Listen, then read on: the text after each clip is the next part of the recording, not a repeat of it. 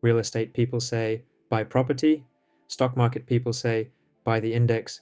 Lovely, very loud. But today the goose is not picking a team. He is facing 8 money choices, and each card shows whether property or stocks actually fit the situation. The first choice is what to do with your first serious money pile. Not life-changing money, just enough that it finally feels real. The goose sees 2 doors, property and stocks. Both look grown up, both can build wealth, but they do not ask the same thing from you. And the poor choice is forcing the money into real estate just because it sounds more serious. Suddenly the down payment is too small, the fees are larger than expected, and one repair could knock the whole plan sideways. The goose wanted an asset, but bought pressure. The rich choice is matching the asset to the size of the pile. If the money is still growing, broad stock investing can be easier to start, easier to add to, and easier to diversify. Real estate can wait until the numbers are not held together with tape. Next is liquidity, which is a fancy word for, can I get my money back without making a whole drama? Stocks can usually be sold quickly. Property is slower, sometimes much slower. That difference matters when life starts knocking on the door. The poor choice is putting every spare dollar into a property and pretending emergencies will be polite. Then the car breaks, income drops, or a family problem appears. The asset may be valuable, but the goose cannot sell one bathroom to pay the bill. The rich choice is keeping layers, emergency cash for ugly surprises, stocks for flexible investing, and real estate only when the goose can handle slow money. Wealth is nice, but flexible wealth lets you sleep when the plot changes. Now the goose wants monthly income. Real estate looks perfect here because rent sounds like money walking in every month wearing little shoes. Stocks can pay dividends too, but they feel less physical. The problem is that income is not the same as profit. The poor choice is counting rent before expenses. Mortgage, repairs, vacancy, taxes, insurance, management, legal rules, and surprise leaks all want a bite. The goose says, the tenant pays my mortgage, but forgets the building also sends invoices with personality. The rich choice is comparing net income. After all costs, what is left, and how much work did it take? A good rental can be powerful. A simple stock portfolio can be peaceful. The best income is the one that still looks good after the boring math. Leverage is where real estate starts flexing. With a mortgage, the goose can control a large asset with a smaller amount of cash. That can boost gains when things go well. But leverage is not a magic elevator. It also goes down.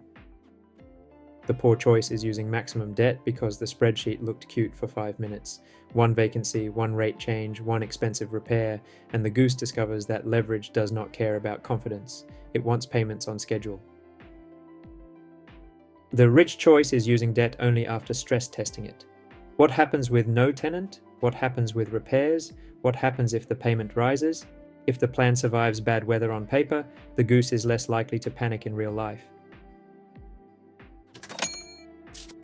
Here is the awkward part. A single property feels solid because you can point at it, but financially it can be one big bet on one street, one city, one tenant, one roof, and one local economy.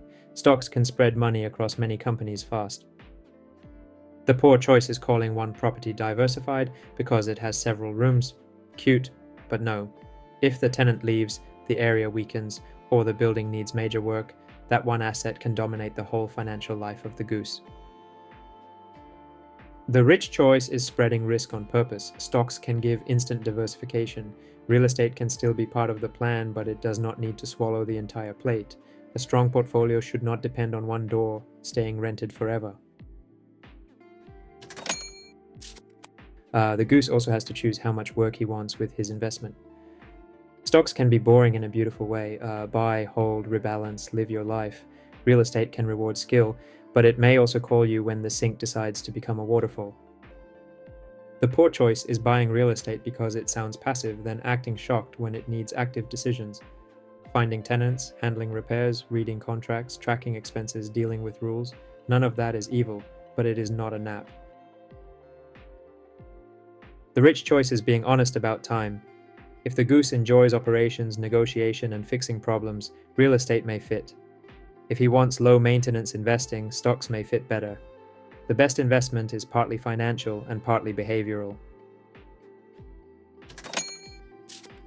Stocks look risky because the price moves in front of your face all day. Real estate looks calmer because nobody updates your kitchen value every 3 seconds. But quiet does not always mean safe. Sometimes it just means the price is harder to see. The poor choice is panicking at visible stock volatility while ignoring hidden property risk. The Goose sells stocks after a drop because the screen looks scary, then assumes the house is fine because no app is yelling. That is not risk management, that is noise management.